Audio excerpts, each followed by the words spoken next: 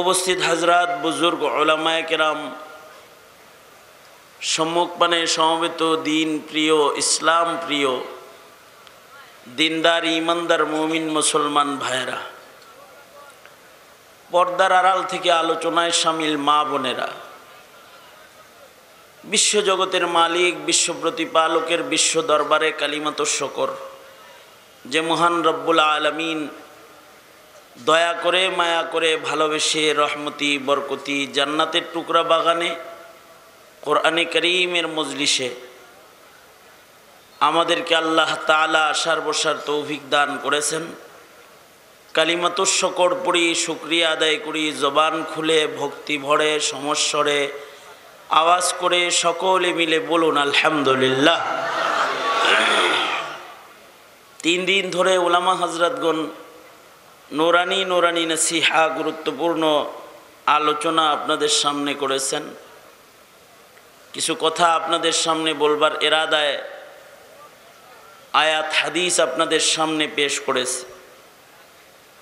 এগুলোকে সামনে করে কিছু নসিহা আপনাদের কানে পৌঁছে দেয়া, আল্লাহ তাআলা কিছু উপকারী কথা আপনাদের কানে পৌঁছানোর তৌফিক দান করেন। আপনারা দোয়া করুন, বলুন আমিন। মানুষ সৃষ্টির শ্রেষ্ঠ, আর মানুষকে আল্লাহ তাআলা শ্রেষ্ঠত্ব দিয়ে আলাদা একটি মাকসাদে তৈরি করেছেন। মাকসাদ হলো মানুষ ইবাদত করবে, নেক আমল করবে, নেক আমলের মাধ্যমে মানুষ আল্লাহর কাছে প্রিয় হবে। আর যদি গুনাহ করে শয়তানের কাছে প্রিয় হয়ে যাবে। নেককারকে আল্লাহ তাআলা পছন্দ করেন, আর গুনাহগারকে শয়তান পছন্দ করে। ইন্নাল্লাহা ইউহিব্বুল মুহসিনিন, যারা নেক কাজকারী তাদেরকে আল্লাহ তাআলা পছন্দ করেন।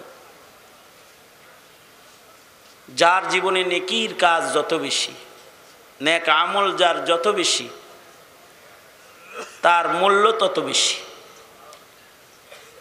সাহাবায়ে কেরামের নেক বেশি ছিল, গুনাহ কম ছিল। সাহাবায়ে কেরামের দাম আল্লাহর কাছে বেশি। সাহাবায়ে কেরামের নেকির সংখ্যা এমন ছিল যে নেকি গুণে শেষ করা যাবে না। যেমন হযরত ওমর সম্পর্কে আল্লাহর রাসূল বলেন, ওমরের নেকি ফেরেশতারা গুণে শেষ করতে পারবে না। আবু বকরের নেক বেশি, সকল সাহাবীদের নেক বেশি। সাহাবীরা তো এমন ছিলেন যে ওনাদের সামনে কোনো নেকির কাজ, নেক আমল আসলে এটা ওনারা ছাড়তেন না, ছেড়ে দিতেন না। আল্লাহর রাসূল একদিন বললেন, সাহাবীরা এরকম নবীজির সামনে বসা আছে, তো নবীজি বললেন, তোমাদের ভেতরে কেউ কি আছো যে আজকে সাদাকা করেছো? তো হযরত আবু বকর বললেন, আমি সাদাকা করেছি। কেউ কি আছো যে আজকে রোজা রাখছো? হযরত আবু বকর বললেন, রোজা রাখছি। তোমাদের ভেতরে কেউ কি আছো যে আজকে জানাজার নামাজ পড়েছো?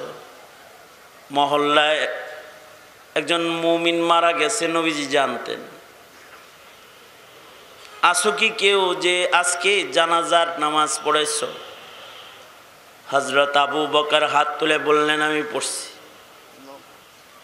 নবীজি বললেন, আসো কি কেউ আজকে ইয়াদাতুল মারিজ করেছো, অসুস্থ রোগী দেখেছো? হযরত আবু বকর বললেন, আমি একজন অসুস্থ রোগীর ইয়াদত করেছি। অর্থাৎ নবীর মুখ দিয়া নবীজি যত নেক আমল উচ্চারণ করতেছেন, সাহাবী বলে, আবু বকর বলে, এই নেক কাজটা আমি করে ফেলেছি। আর আমাদের হালত হলো, আমাদেরকে যদি বলা হয় কে আসো, যে 5 ওয়াক্ত নামাজ তাকবীরে উলার সাথে পড়েছো, তা আমরা ফেল করি। আমাদের জিন্দেগিতে নেকির কাজ খুব কমে গেছে, নেক আমলের আগ্রহই আমাদের কম।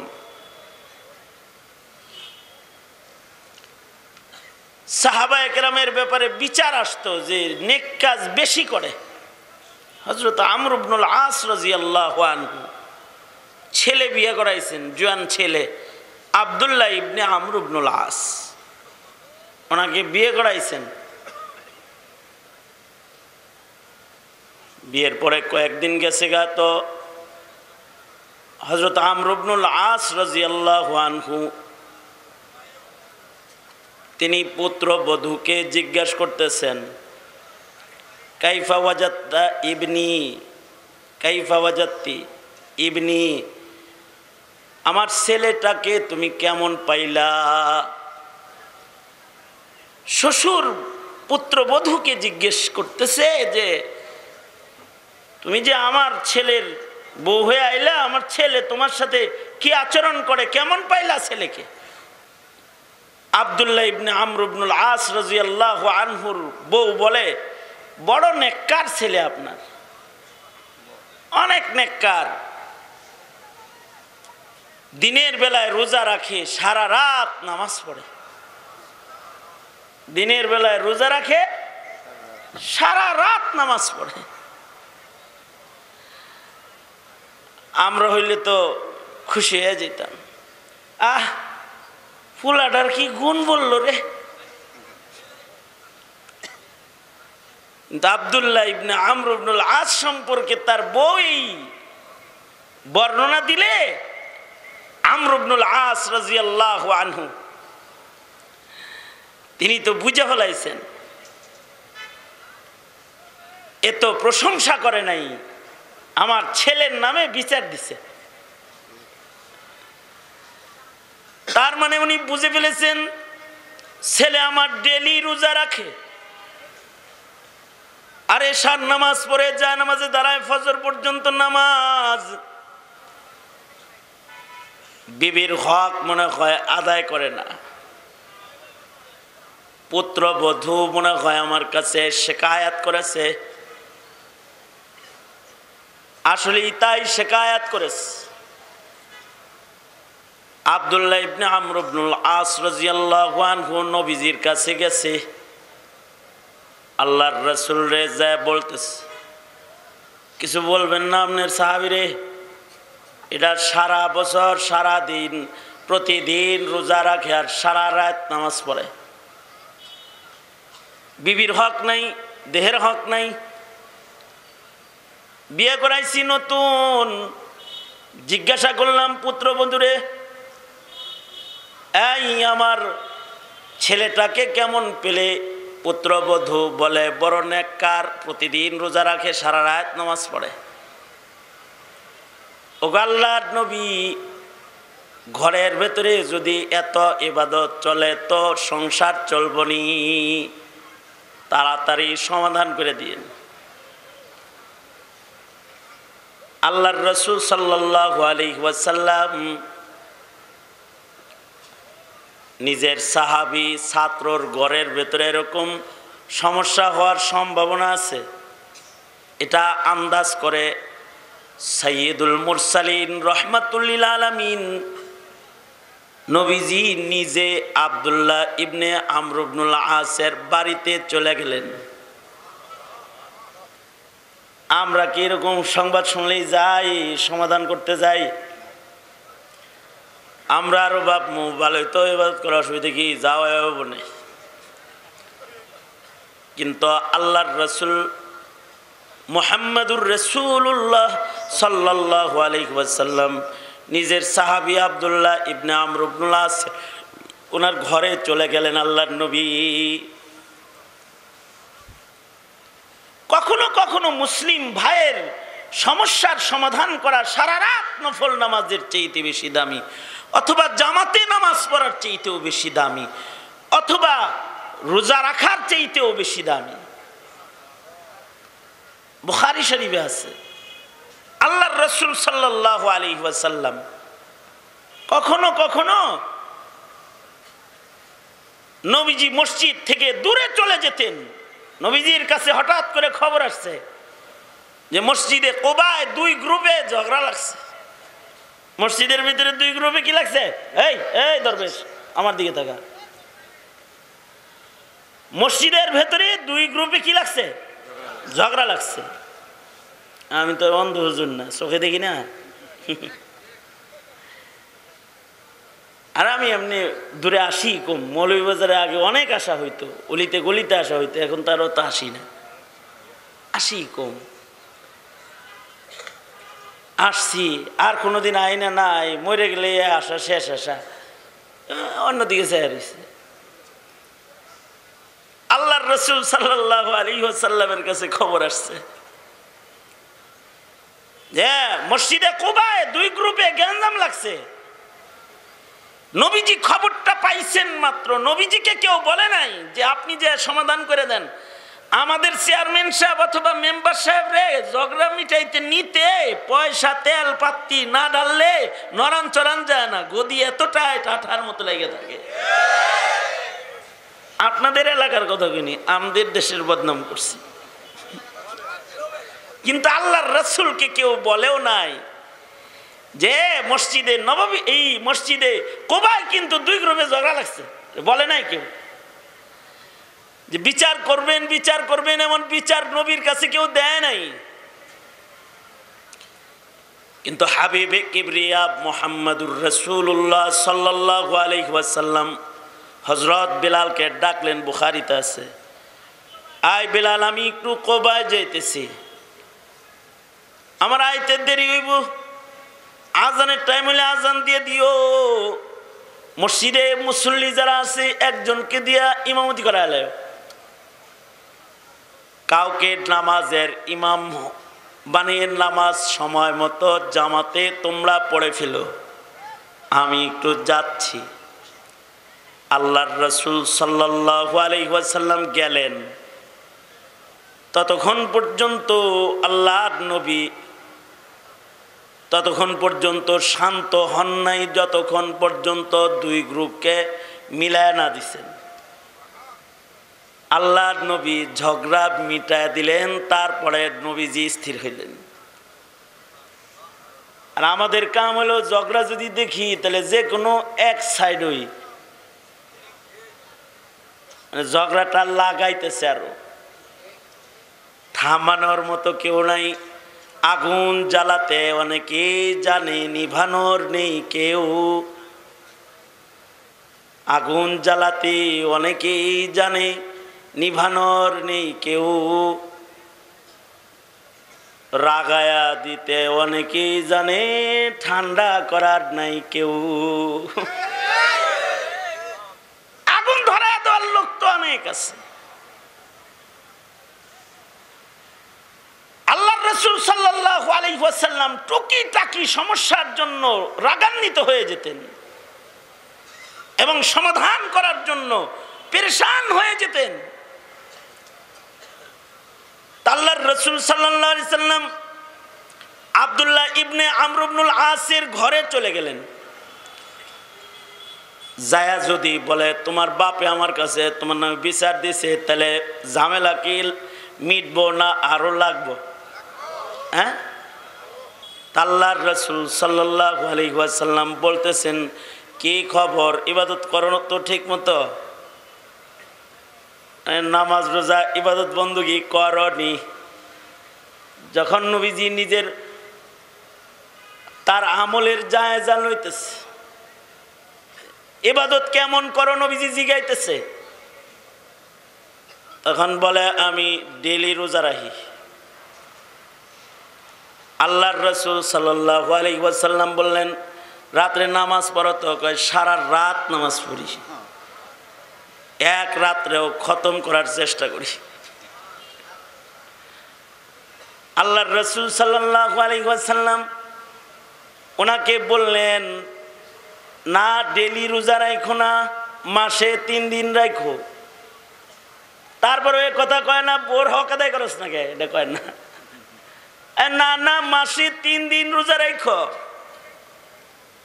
আইয়ামে বীজে রোজা রাখো, সপ্তাহে একদিন 2 দিন রোজা রাখো। সাহাবী বলে না, আমার আমলের শক্তি আছে, আমার অনেক আমল দরকার,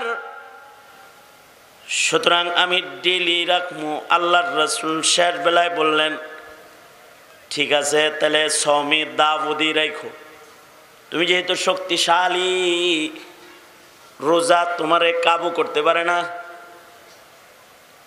তাহলে সওমে দাউদি রাখো, অর্থাৎ একদিন রোজা রাখবা, একদিন খাইবা, তাহলে জিন্দগির অর্ধেক রোজা হবে, অর্ধেক ইফতার হবে। না না, আমি ডেলি রাখবো। কোন বর্ণনায় আছে উনি 6 মাস রোজা, 6 মাস ইফতার, এটা মানছেন। আবার কেউ বলে না, উনি কয় না, নবীজি আমারে ডেলি অনুমতি দিয়ে দেন তো, আমি ডেলি রাখবো। জজবা দেখা আল্লাহর রাসূল অনুমতি দিয়ে দিছে, 6 মাস রোজা রাখছে বছরে। কেউ বলে সারা বছর রোজা রাখছে। এবার আল্লাহর রাসূল বলে, কিরকম কোরআন পড়ো নামাজে? এক রাত্রি খতম শেষ করার চেষ্টা করি। আল্লাহর রাসূল বললেন, এরকমটি কইরো না, 40 দিনে 1 খতম কোরআন শরীফ পড়বা রাত্রে। না, আমার শক্তি আছে। আল্লাহর রাসূল বলেন, তাহলে মাসে 1 খতম পড়ো। না না না, এরকম করবেন না, আমার অনেক ইবাদত দরকার। তাদেরকে হইল নবী ইবাদত কমাইবার যায়, আর আমাকে নামাজ পড়াইবার লেগে চিল্লা বাহিনী পাঠাইতে হয়। আসেন আসেন ভাই, মসজিদে আসেন, জমাতে একটু নামাজটা পড়া যান। গাছতের আমল করতে হয়, তারপরেও ডাক্কা আনন্দ যায় না। আর আল্লাহর রাসূল বললেন, ঠিক আছে 20 দিনে খতম করো। না না না, এটা হয় নাকি যে 20 দিনে 1 খতম কোরআন মজিদ, এটা কোনো অর্জন হইল? না না না, আরো বেশি আমার শক্তি আছে। আল্লাহর রাসূল বললেন, তাহলে ঠিক আছে 10 দিনে খতম করো, 10 দিনে। আল্লাহর নবীও কিন্তু লম্বা লম্বা নামাজ পড়তেন। নবীজি এত লম্বা নামাজ পড়তেন যে আল্লাহর রাসূল সাল্লাল্লাহু আলাইহি ওয়াসাল্লাম 1 রাকাত নামাজের কেরাত কিরকম লম্বা, নবীজি নামাজে দাঁড়াইছেন, আর হযরত হুযায়ফা নবীজির পেছনে নফল নামাজ পড়ার লাগে ইক্তেদা করছেন। আল্লাহর রাসূলের পেছনে নামাজটা পড়ি, হযরত হুযায়ফা ভাবতেছেন 2-4 রাকাত নামাজ নবীজির সাথে পড়ি। নবী আলাইহিস সালাম এত লম্বা নামাজ পড়তেছেন যে সূরা বাকারা থেকে তেলাওয়াত করতেছেন। হযরত হুযায়ফা ভাবতেছেন হয়তো সূরা বাকারা শেষ হইলে নবীজি রুকুতে যাবে। নবীজি সূরা বাকারা শেষ করে আবার সূরা আলে ইমরান শুরু করছেন। হযরত হুযায়ফা তখনও ভাবতেছেন, ঠিক আছে কষ্ট মষ্ট করে দাঁড়ায় থাকি, হয়তো সূরা আলে ইমরান শেষ হইলে নবী রুকুতে যাইবেন। আশ্চর্য, সরওয়ারে দু আলাম সূরা আলে ইমরান শেষ করে আল্লাহর নবী সূরা নিসা শুরু করছেন। সূরা নিসা যখন পড়তেছেন, হযরত হুযায়ফা বলতেছে, কয় আমার তখন হাত পা ব্যথা করতেছে, মনটা চাইতেছে নামাজ ছাইরা দিই। যেভাবে লম্বা কেরাত চলছে, উনি নিজে বলেন যে আমার শাস্তে কুলাইতেছে না, আমার মনে মনে ভাবতেছি আমি যে নামাজ ছেড়ে দিই, কিন্তু নবীজির সাথে নামাজে দাঁড়াইছি। আল্লাহর রাসূলের সাথে 2 রাকাত নামাজের কত দাম। নবী যে নামাজের ইমাম, আর আমি হলাম ওই নামাজের মুক্তাদি। লোভে পয়রা দাঁড়ায় রয়েছি। আল্লাহর রাসূল সাল্লাল্লাহু আলাইহি ওয়াসাল্লাম সূরা নিসা শেষ করছেন। অর্থাৎ ষষ্ঠ পারার ভিতরে ঢুকে গেছেন নবীজি। অর্থাৎ আল্লাহর নবী 5 পারারও বেশি এক রাকাতে তেলাওয়াত করছে। দ্বিতীয় রাকাতে আল্লাহর রসুল 2.5 পারা তেলাওয়াত করছে, এরকম আছে যে আল্লাহর রসুল সাল্লাল্লাহু আলাইহি ওয়াসাল্লাম গ্রহণের নামাজ পড়তেছেন। গ্রহণের নামাজ এক রাকাতে 5 পারা, দ্বিতীয় রাকাতে 2.5 পারা, 7.5 পারা। রুকু সেজদা গুলা এত লম্বা লম্বা, যেমন আমাদের আমল কি অস্থির আমল, অস্থির অস্থির। আমাদের হলো স্থির হলো গুনার কাজ, স্থির বাজে কাজ, স্থির টিভি দেখতেছে স্থির পজিশন, সিনেমা দেখতেছে স্থির পজিশন, ফেসবুক চালাইতেছে এহতেমামের সাথে, কমেন্ট পড়তেছে এহতেমামের সাথে। দুনিয়ার যত উল্টা পাল্টা আছে পত্রিকা পড়ার সময় এহতেমামের সাথে পড়তেছে, কিন্তু কোরআন পড়ার সময় যত তাড়াহুড়া করতেছে। বই পড়ার সময় খুব গুরুত্বের সাথে পড়তেছে, আর কোরআন পড়ার সময় নাই, ধৈর্য নেই। আর আল্লাহর রাসূল সাল্লাল্লাহু আলাইহি ওয়াসাল্লাম ধৈর্যের সাথে নামাজ পড়তেন, বিনয়ের সাথে দাঁড়ায় থাকতেন। কুমু লিল্লাহি কানিতিন, আল্লাহ তাআলা তো কুমু লিল্লাহি কানিতিন, আল্লাহ তাআলা বিনয়ের সাথে নামাজে দাঁড়ায় থাকতে বলছেন। আল্লাহর রাসূল সাল্লাল্লাহু আলাইহি ওয়াসাল্লাম এত লম্বা বিনয়ের সাথে দাঁড়ায় থাকতেন। ইনফাতারা কাদামু, হাদিসে আছে দাঁড়ায় থাকতে থাকতে আল্লাহর রাসূলের পাও ফাইটা রক্ত বের হয়ে যেত। দাঁড়ায় থাকতে থাকতে পা ফেটে যেত, ফুলে যেত। আল্লাহ তাআলা ডেকে বলতেন, বন্ধু এত দাঁড়ায় রইছেন কেন, একটু আরাম করেন। নবীজি নিজেও কিন্তু লম্বা পড়েন। আবার বুখারী শরীফের ভেতরে আছে নবীজি কখনো কখনো নামাজ খাটো করতেন, জামাতের নামাজ লম্বা করতেন না, খাটো করতেন। একার নামাজ পড়লে পারা পারা তেলাওয়াত করতেন। আর জামাতের নামাজ পড়তেছেন, বুখারী শরীফে আছে পেছন থেকে বাচ্চাদের কান্নার আওয়াজ নবী শুনছেন, তো কেরাত ছোট করে দিছেন।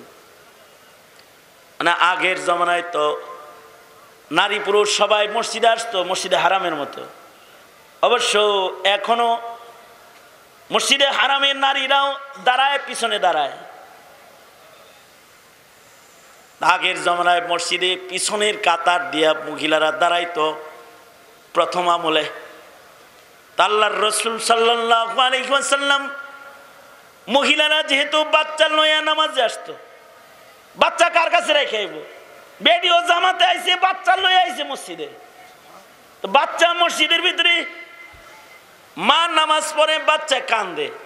তো আল্লাহর রাসূলের কানে বাচ্চার কান্নার আওয়াজ গেলে রিওয়ায়াতে আছে যে নবীজি কেরাত ছোট করে দিত। কখনো কখনো ছোট কেরাত পড়তে ইমাম সাহেবকে নবীজি ধমক দিয়েছেন, এই ছোট করে পড়স না কেন? আল্লাহর রাসূল সাল্লাল্লাহু আলাইহি ওয়াসাল্লামের কাছে বিচার দিছে এক সাহাবী আয়েশা। আল্লাহর রাসূল সাল্লাল্লাহু আলাইহি ওয়াসাল্লাম কি মুআজ ইবনে জাবাল এসে বলতেছে, ও আল্লাহর নবী অমুকে আমার পিছনে নামাজ পড়ে না। বিচার, অমুকে আমার পিছনে নামাজ পড়ে নাই। অথবা হযরত মুআজ আরেক riwayate আছে যা বলতেছে, আয় তুই আমার পিছন থেকে নামাজ না পড়ে আইলি কে, তুই মুনাফিক। যা গলায় ছুরি ধরছে, গর্দান কেটে আলাম, জামাতে নামাজ পড়স না, আসস না, আমার পিছনে নামাজ পড়স না কেন? আল্লাহর রাসূল সাল্লাল্লাহু আলাইহি ওয়াসাল্লাম উভয়রে ডাকাইছেন, মারতে গেছো কেন? হেনে কয় জামাতে নামাজ পড়ে না, আমার পিছে নামাজ পড়ে না, ও কি আমার বিশ্বাস করে না। অনেক মুনাফিক আছে আমাদের পিছনে নামাজ পড়ে না, ও নামাজ পড়ে না। আল্লাহর রাসূল সাল্লাল্লাহু আলাইহি ওয়াসাল্লাম জিজ্ঞাসা করছেন, এই তুমি মুয়াজ্জের পিছনে নামাজ পড়ে না কেন? হের কেরাত হইলে এই লম্বা, এ লম্বা করে কেরাত পড়ে, লম্বা করে। মনে করেন কেরাত যদি বেশি লম্বা হয়, যারা রিক্সা চালায়, রিক্সা চালাইতে চালাইতে ঠ্যাংটা এমনি ব্যথা, অথবা যারা কুলিগিরি করে, বড় বড় বুঝা টানে, ও নামাজে আসছে, জামাতে আসছে, ইমাম সাহেবের কেরাত যদি লম্বা হয় তাহলে তার পায়ে ব্যথা, সে রিক্সা চালাইতে চালাইতে তার গোড়ালি ব্যথা, কষ্ট হইব না? তাই সাহাবে কয়, আল্লাহর নবী, আমি সারাদিন মাঠে কাম করি, হের পিছনে এসে নামাজ দাঁড়ায়, হেল বড় বড় সূরা ধরে, আমার কষ্ট হয় না বুঝি? আমি হের পিছনে নামাজ পড়ব না, এর লেগে আমি একা একা পড়ি। আল্লাহর রাসূল সাল্লাল্লাহু আলাইহি ওয়াসাল্লাম সাহাবীকে ধমকি দিয়ে বলে, এই তুমি আমার উম্মতের ভিতরে তো ভাগ করে ফেলবে ইবাদতের মজা, আমার উম্মতের ভিতর থেকে তুমি নষ্ট করবে, এই তুমি লম্বা নামাজ পড়ো কেন? কখনো কখনো আল্লাহর রাসূল সাহাবীর লম্বা কেরাত থামাইবার লেগা আল্লাহর রাসূল সাল্লাল্লাহু আলাইহি ওয়াসাল্লাম ঝগড়া করছেন, নবীজি শাসন করছেন, ধমকি দিয়েছেন। নবীজি ছাত্রকে বিধান বর্ণনা করেছেন, এই কেরাত ছোট করে পড়বা, কারণ তোমার পিছনে জোয়াফা আছে, মরিজ আছে, বাচ্চারা আছে, মহিলারা আছে, যারা দুর্বল, তাদের রিআয়াত করে করে নামাজে রুকু সিজদা দিবা, কেরাত পড়বা। অনেক সময় দেখবেন এরকম হয়, এত লম্বা নামাজ পড়তেছে, হের জন্য আর একজন অপেক্ষা করতেছে, হে জানে একসাথে যদি কখনো চলতে হয়, যেমন মনে করেন বাস ছাড়ছে মৌলভীবাজার থেকে ঢাকা যাইব, ড্রাইভার সাহেব খাতির করে মসজিদের সামনে ব্রেক করছে ফজরের নামাজে, অথবা কোনো নামাজের ওয়াক্তে ব্রেক করেছে, আর হে মিয়া খুশু খুজুর সাথে তখন নামাজ পড়তেছে, এরম লম্বা লম্বা সূরা আর লম্বা লম্বা কেরাত আর রুকু সিজদা এরম দিতেছে, একেবারে চিল্লায় গেলে যেরকম দেয় এরকম দিতেছে, অথচ এর জন্য গাড়ির ভিতরে কত লোক অপেক্ষা করতেছে। এই সময়ে লম্বা সিজদা এর জন্য অন্য মুসলমানকে কষ্ট দেওয়ার নামান্তর। হ্যাঁ, তুমি নামাজের জন্য বিরতি হয়েছে, জামাতে আসো, অন্যদের রিআয়াত করো, নামাজ ছোট করো। আল্লাহর রাসূল সাল্লাল্লাহু আলাইহি ওয়াসাল্লাম লম্বা নামাজ পড়তে এরকম বারণও করতেন। আবার আল্লাহর রাসূল নিজে কিন্তু সারা রাত সিজদায় পড়ে থাকতেন। এক সিজদায় আল্লাহর রাসূল সাল্লাল্লাহু আলাইহি ওয়াসাল্লামের রাত কেটে যেত, চোখের পানি পড়তো, বিছানা ভিজা যাইত, আল্লাহর নবীর বিছানা ভিজা যাইত। হযরত আয়েশা বলেন, আমি মনে মনে ভাবতাম যে মশকের পানি বিছনায় পড়ছে, কিন্তু পরে দেখি আল্লাহর রাসূল সিজদারত কাঁদতেছেন।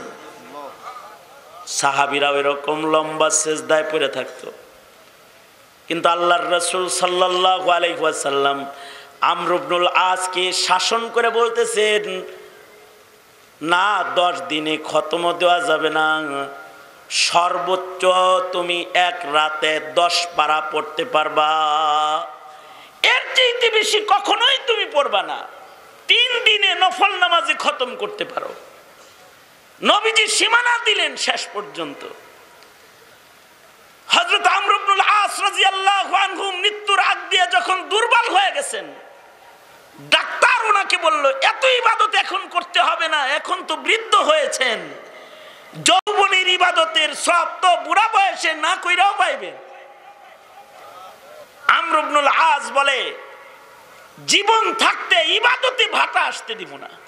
আল্লাহু আকবার বলেন। ইবাদতে ভাটা আসতে দিব না। আমাদের ইবাদতে তো জুয়ারি আইবার চায় না, আর ওনারা হলো ইবাদতের ভেতরে ভাটাই আসতে দিবে না, এতটা মজবুত। আল্লাহর রাসূল এক পর্যায়ে খেপে গিয়ে বললেন, একটু রাগ স্বরে বললেন, ওয়ালি আইনিকা আলাইকা হাক্কুন ওয়ালি জাসাদিকা আলাইকা হাক্কুন ওয়ালি যাওজিকা আলাইকা হাক্কুন। এই তোমার বউয়ের কি হক নাই তোমার উপরে? এই তোমার চোখের হক নাই তোমার উপরে? এই তোমার দেহের হক নাই তোমার উপরে? হক আছে। এত ইবাদত করে নিজেকে কষ্ট দিবা না, দেহের হক আদায় করো, ঘুমাও, চোখের হক আদায় করো, বিবিকে সময় দাও, বিবির হক আদায় করো। হযরত আমর ইবনুল আস রাদিয়াল্লাহু আনহু পরবর্তীতে বলতেন, আমি পরে বুঝছি নবীজি কেন আমাকে ওয়ালি যাওজিকা আলাইকা হক, এটা কেন বললেন আল্লাহর রাসূল। ওই যে আমার বউয়ে কইছে জামাই খুব ভালো, সারা বছর রোজা রাখে, সারা রাত নামাজ পড়ে। ইসলাম এরকম ইবাদত করতে বলে না। তবে সাহাবায়ে কেরাম ইবাদতের জন্য সর্বস্ব ত্যাগ করতে ওনারা সদা প্রস্তুত ছিলেন। কেন? মানুষকে তো বানানোই হয়েছে ইবাদত করার জন্য। আমাদের জীবনে ইবাদত বেশি, সাহাবীদের জীবনে ইবাদত বেশি, আমাদের জীবনে গুনাহ বেশি। এক সাহাবী আল্লাহর রাসূল সাল্লাল্লাহু আলাইহি ওয়াসাল্লামকে ওযু করায় দিছে, মুসলিম শরীফে আছে। সাহাবী নবীজিকে ওযু করায় দিছে। নবীজিকে কেউ যদি ওযু করায় দিত, নবী সবচেয়ে খুশি হইতেন। আমাগর খুশি তো বিড়ি খাওয়াইলেও খুশি হয়ে যায়। মানে হের কাছে বিড়ি নাই, অর্ধেক খায় পাঁচটা হেরে টানতে দিছে, টানটুন দিয়ে কয় মারহাবা, কোয়াইস, খুশি হয়ে গেছে বিড়ি খায়, থ্যাংক ইউ। আর আল্লাহর রাসূল রে খুশি করছে সাহাবী কি কইরা? ওযু করায় দিয়া। কারণ ওযু হলো ইবাদতের চাবি। ওযুর পরেই মাওলা পাকের দিদার। আল্লাহু আকবার বলেন। কারণ কুররাতু আইনি ফিস সালাহ, ওযু হয়ে গেলেই নবীজি নামাজে দাঁড়ায় যেতেন তাহিয়াতুল ওযু। নবীজির চোখ শীতল হয়ে যেত আল্লাহর দিদারে। এ কারণে কেউ ওযু করায় দিলে নবী খুশি হয়ে যেত।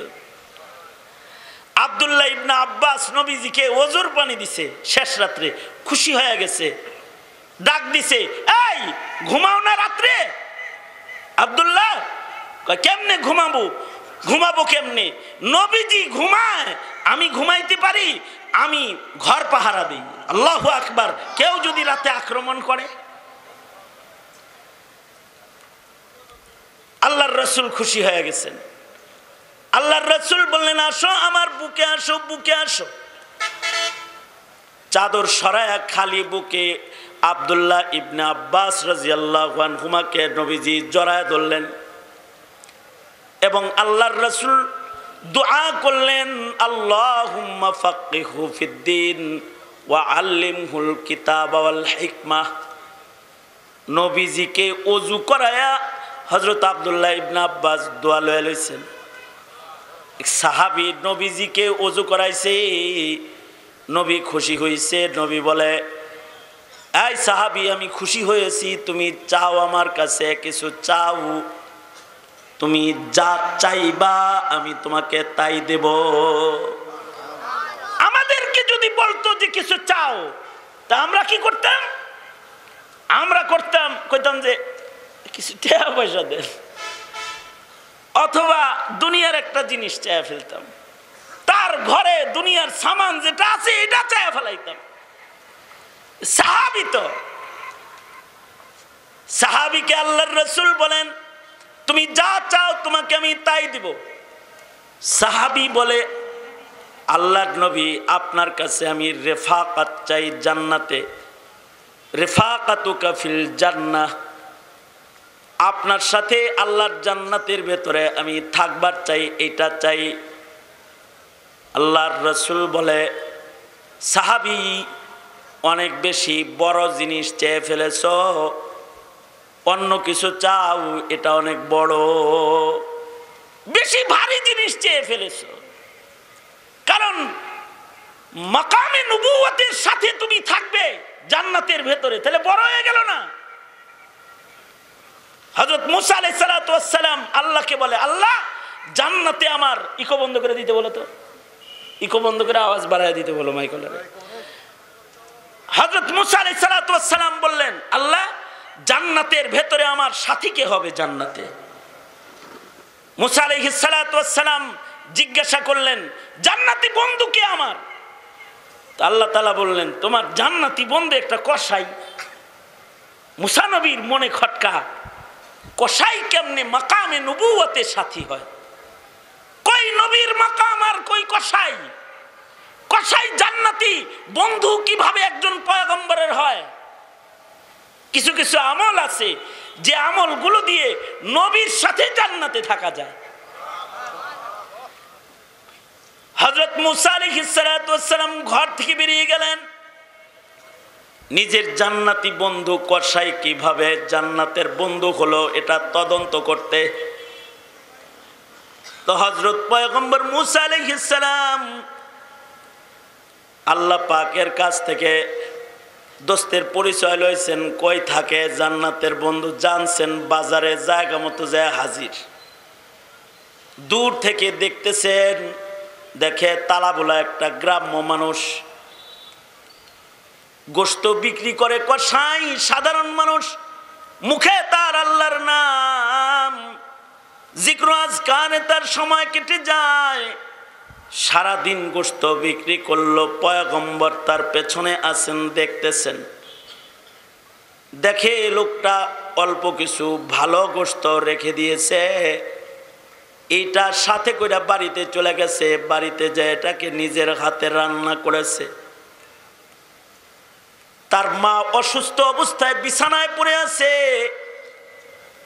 মা যেমন সন্তানকে কোলে বসায় কোলে কোলে করে খানা খাওয়ায়, সে তার অসুস্থ মাকে নিজের কোলে বসায় ফেলেছে। আর ছোট কুচি গোশতগুলা দিয়া সুন্দর করে লুকমা করে করে নিজের সন্তানকে খানা খাওয়ায় দিচ্ছে।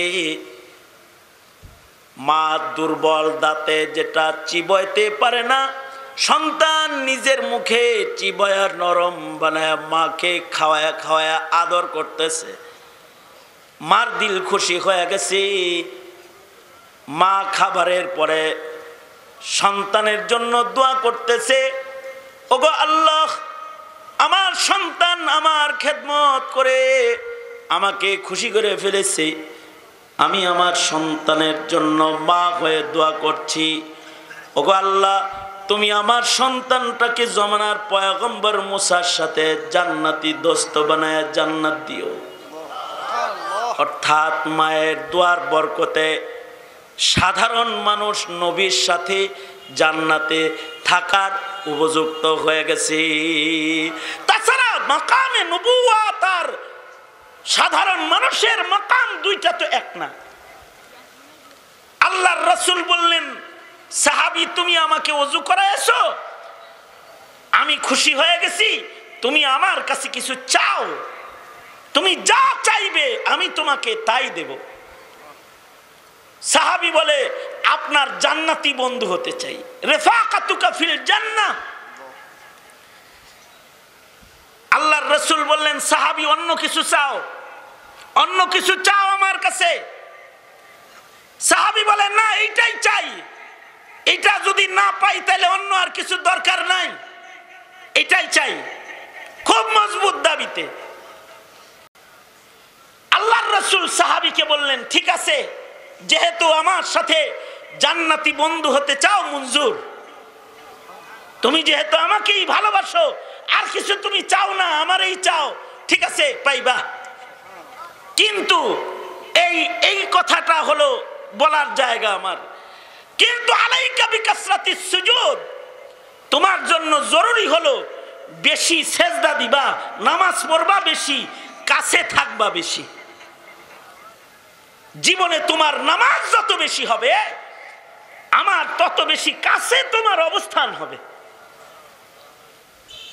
এ কারণে নবীর সাহাবীদের নামাজ বেশি, আর আমাদের নফসের তাড়নায় আমাদের গুনাহ বেশি, আমাদের ইবাদত কম।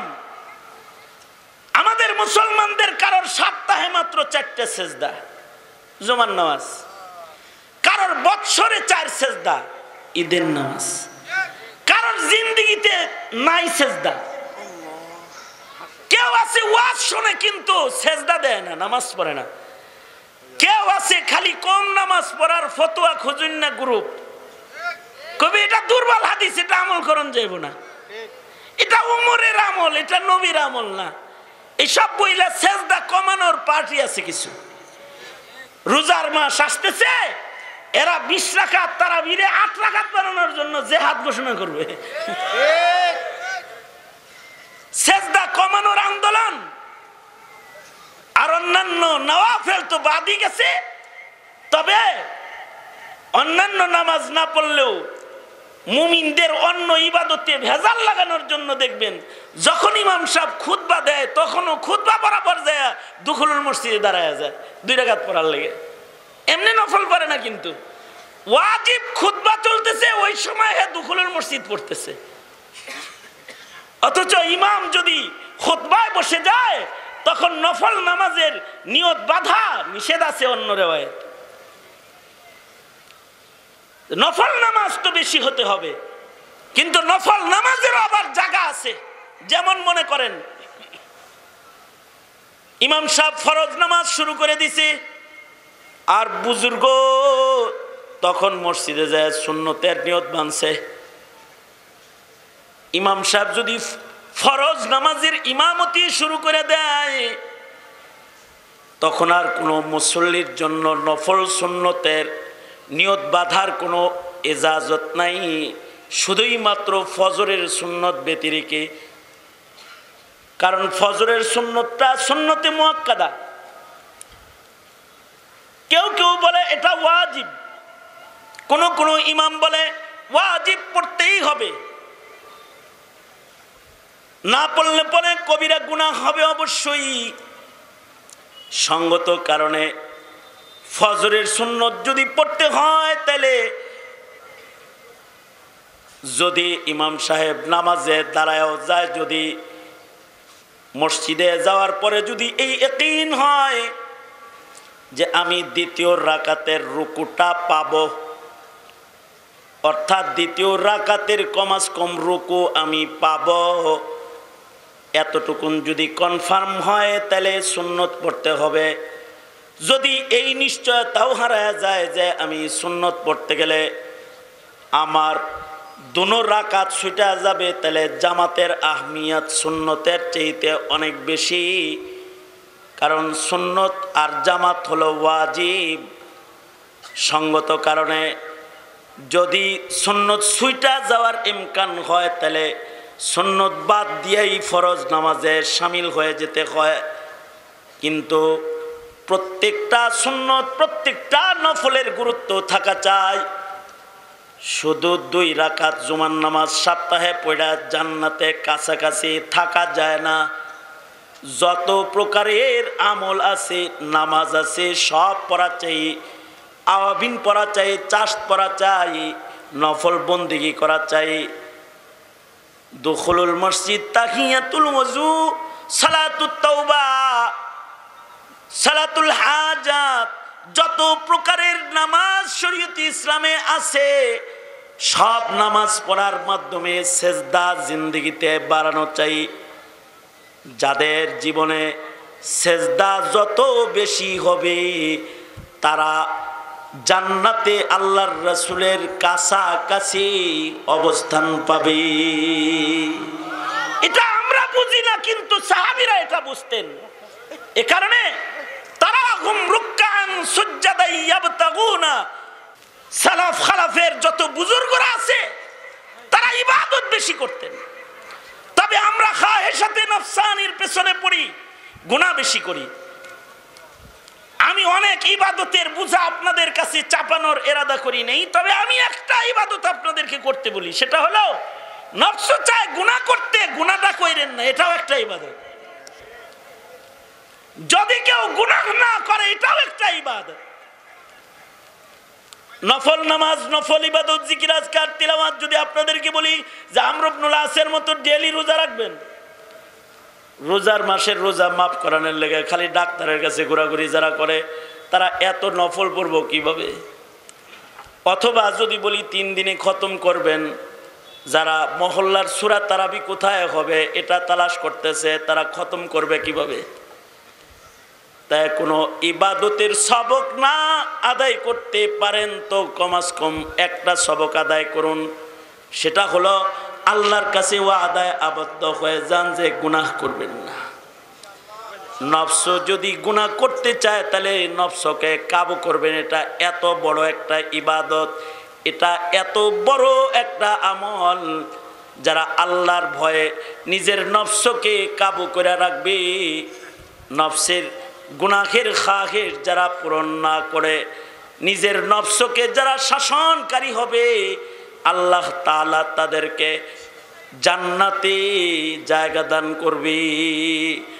وأما من خاف مقام ربه ونهى النفس عن الهوى فإن الجنة هي المأوى। আর আল্লাহর রাসূল বলেছেন, চালাক তো তারা যারা নিজের নফসকে কাবু করে রেখে আখিরাতের কাম বেশি করে। যেই নেক আমলগুলোর দ্বারা তার আখিরাত গঠন হবে সেই মেহনত করে। আমাদের আকাবির আসলাফদের ইবাদতের চিত্র দেখলে হায়রান পেরেশান হইতে হয়। ইমামে আজম আবু হানিফা রহমাতুল্লাহ আলাইহি এক রাকাত নামাজে এক খতম কোরআন শরীফ পড়তেন। ইমামে আবু ইউসুফ রহমাতুল্লাহ আলাইহি প্রতি রাতে 200 রাকাত করে নফল নামাজ পড়তেন। কয়শো রাকাত? 200 রাকাত করে নফল নামাজ পড়তেন। আমাদের কিছু বুজুর্গ এমন আছে, সাঈদ ইবনে মুসাইয়িব 40 বছর পর্যন্ত আজানের আগে মসজিদে গেছে। তাকবীর উলানা আজানের আগে মসজিদে গেছে 40 বছর। আল্লাহু আকবার জোরে করে বলেন। 40 বছর মসজিদে গেছে আজানের আগে। ওনার ভেতরে ধান্দা হলো, আমি আল্লাহর গুলাম রে, রব ডাইকে নিতে হইব কে? হাইয়া আলাস সালাহ হাইয়া আলাল ফালাহ বলে ডাইকে নিতে হইব কেন আমারে? তো উনি 40 বছর আজানের আগে মসজিদে যায় বসেছিলেন। 40 বছর। আমাদের কিছু কিছু বুজুর্গ আছে যারা 21 বছর 40 বছর লাগাতার তাকবীরে উলার সাথে নামাজ পড়ছেন। আরে সেই সকল পিছনের বুজুর্গের কথা বলি না, এই জমানার বুজুর্গ অথবা আজ থেকে 100 বছর আগের বুজুর্গ। ইয়াকুব নানুতুবি রহমাতুল্লাহ আলাইহি একবার এক মসজিদে গেছেন। মসজিদের লোকেরা মুসাফা করতেছে। মেহমান ঢুকে গেলে মুসাফা করে না? এই মুসাফার ভিড়ে এক মজমার ভেতরে ইয়াকুব নানুতুবি রহমাতুল্লাহ আলাইহি দারুল উলুম দেওবন্দের প্রথম শেখুল হাদিস, ওনার তাকবীরে উলা ছুটে গেল। নামাজের পরে উনি অজ্ঞান হয়ে গেছে, নামাজের পরে বেহুশ হয়ে গেছে। মাথায় পানি দেওয়া হয়েছে। জিজ্ঞাসা করছে, হযরত বেহুশ হয়েছেন কেন?